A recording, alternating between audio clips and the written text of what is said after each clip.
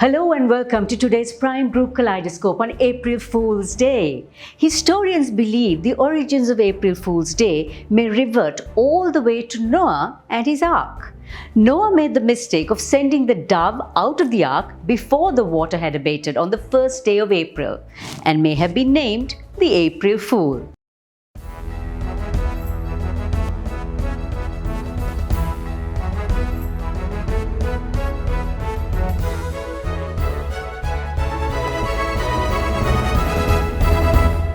Welcome to The Grand Ward Place, an award-winning condominium project where luxury embraces aesthetics, discernment, life and privacy as one. Call 0702 777 777 to schedule a private viewing today. The Grand, there is only one.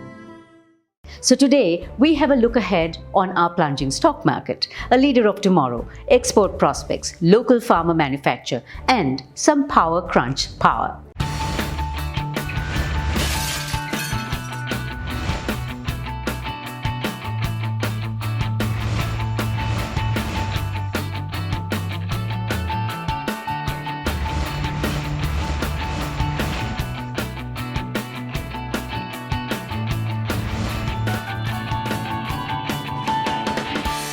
If you enjoy our show, subscribe and follow us on YouTube, Facebook, Instagram and LinkedIn. Welcoming all of you with warmth and care. Commercial Bank. Our interest is in you. Here's our quick look at the week that was on Commercial Bank Snapshot. Sri Lanka's economy grew 3.7% in 2021. However, the daily power cuts extending to beyond 13 hours will see economic growth being hampered in 2022. IMF forecasts robust private credit growth of 13% in 2022. Worker remittances were down for the 9th consecutive month, now at only $25 million in February 2022. The impact of climate change is definitely making a splash. An ice shelf the size of Rome collapsed this week in Antarctica. The fin raft spider, which is the size of a human hand and on the brink of extinction, has been rediscovered in the UK. Welcoming all of you with warmth and care. Commercial Bank. Our interest is in you.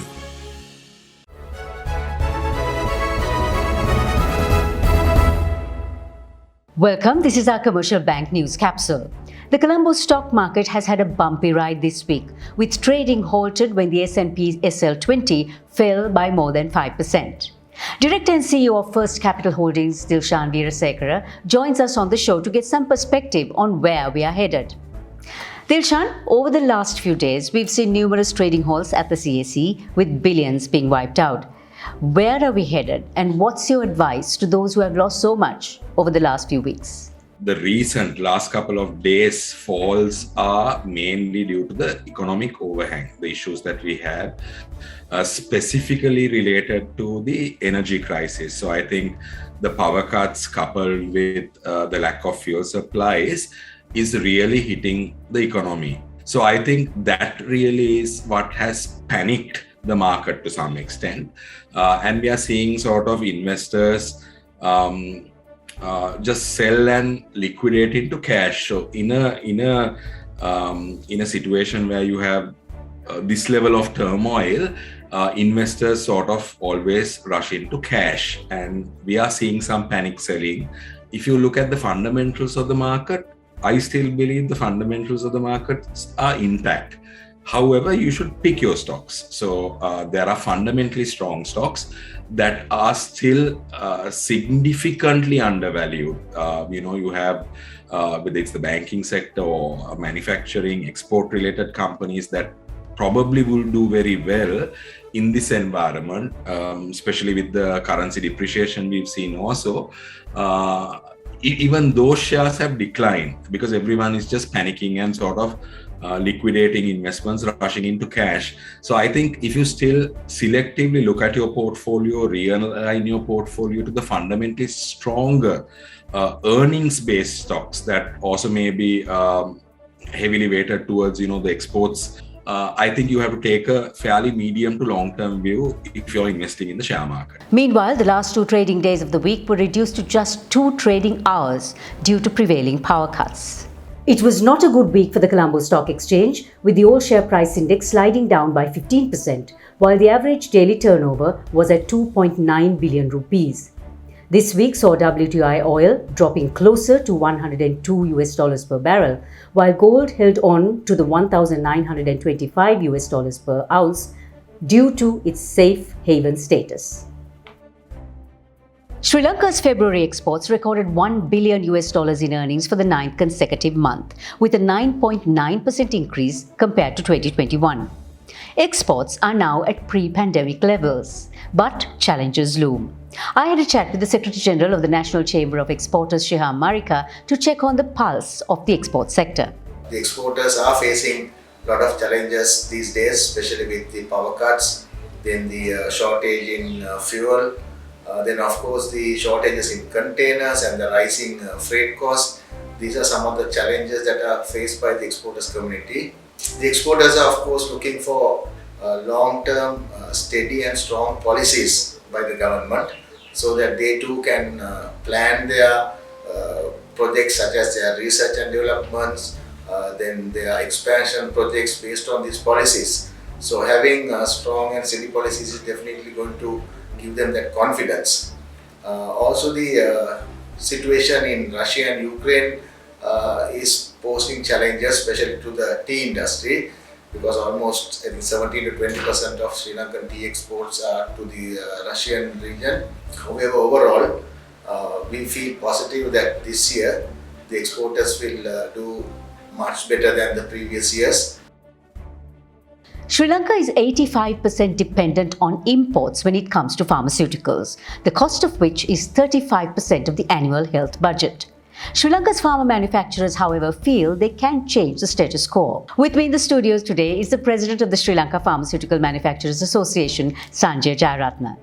Sanjay, has the current shortage of imported pharmaceuticals opened up opportunities for the local pharma industry? We right now only supply 15% of the current country requirement. So yes, there is opportunity for us to increase further and to take this industry forward. Are you able to meet the increased demand with existing capacity, and what would hamper progress, if at all? So out of all the products, at least 70% of these products can be manufactured by us. Yes, we can meet the demand. There are about 15 pharmaceutical manufacturing plants. There could be certain issues in importing some of the raw materials, but still we can manage it and supply, meet the demand.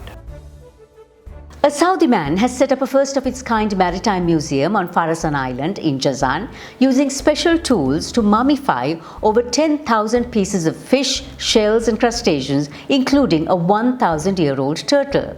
Welcome to the Grand Ward Place, an award-winning condominium project where luxury embraces aesthetics, discernment, life and privacy as one. Call 0702 777 777 to schedule a private viewing today. The Grand, there is only one.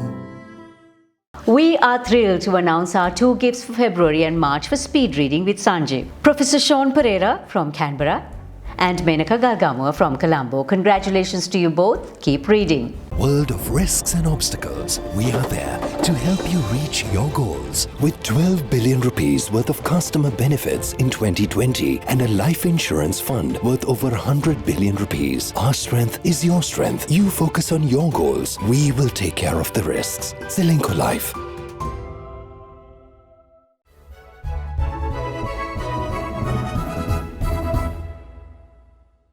Sri Lanka is Asia's oldest democracy and was one of the most promising nations in the world.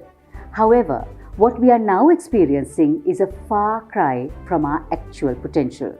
A group of young people have now banded together on the singular vision of creating a united, prosperous, just and thriving nation that will be a model to the world of incredible national transformation. This is a centenary movement which, through its Centenary Academy, is creating this generation of young leaders who will drive this once thriving, prosperous nation forward. On the 4th of February this year, the Centenary Academy passed out its first batch of 54 young leaders, and one of them is here with me today.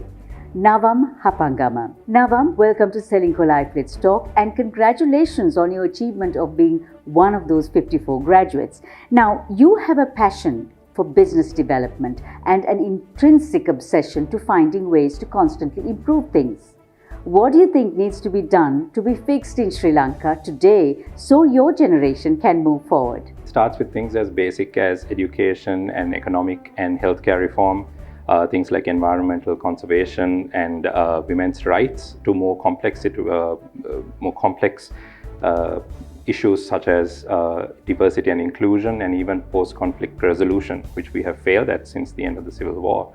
But all of this can only happen once we have a set of leaders who are competent, who are compassionate, and who have a clear vision for the country. And where do we start? Basically, right at the grassroots level, where all these issues that I mentioned are a matter of a daily struggle for survival. So it has to start right at the bottom. And mind you, this is about changing 74 years worth of systemic damage that we are trying to reverse. What do you think of our Sri Lanka's international relations, given that one of your interests is international relations? Regardless of which government seems to come into power, it seems that we seem to sway either side, even though we are officially a non-aligned nation.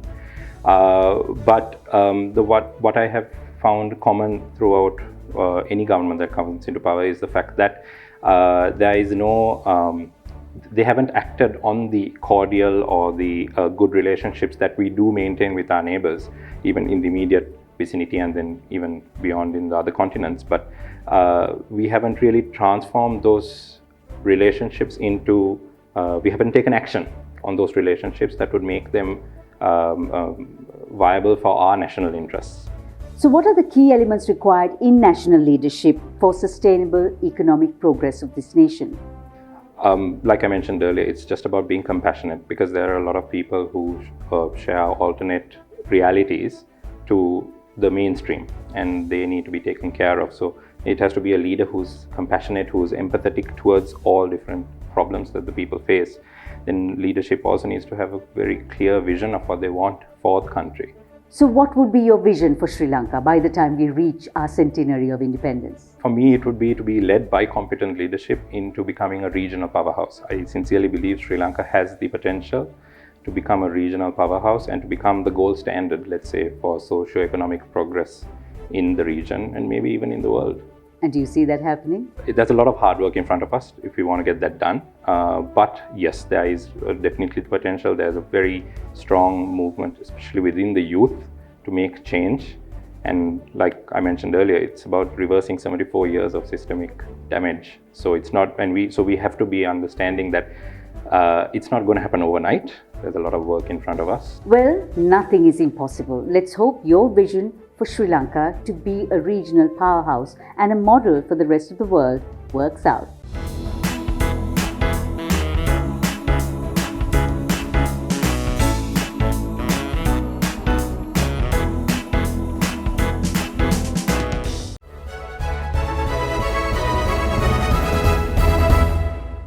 What started as a simple wager grew to be power crunch. Here's the story of a food geek entrepreneur who combined her mad scientist mindset to build a power-ready business. Here's Savithri on Life in 60.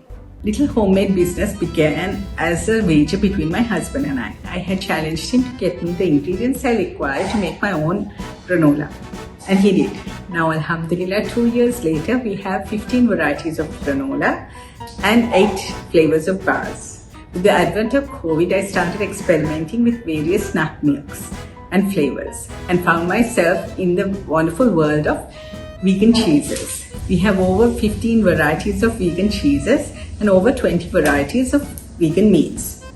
These include bacon, pastrami, chicken nuggets, fish fingers. Our motto of making healthy food tasty is what we stand by, and we try to give our customers the opportunity to create their own masterpieces using our multi-purpose products. If all remains on an even keel in our Paradise Isle, we'll be back with our 100th program next week. Some surprises and a special appearance by Puak Badili.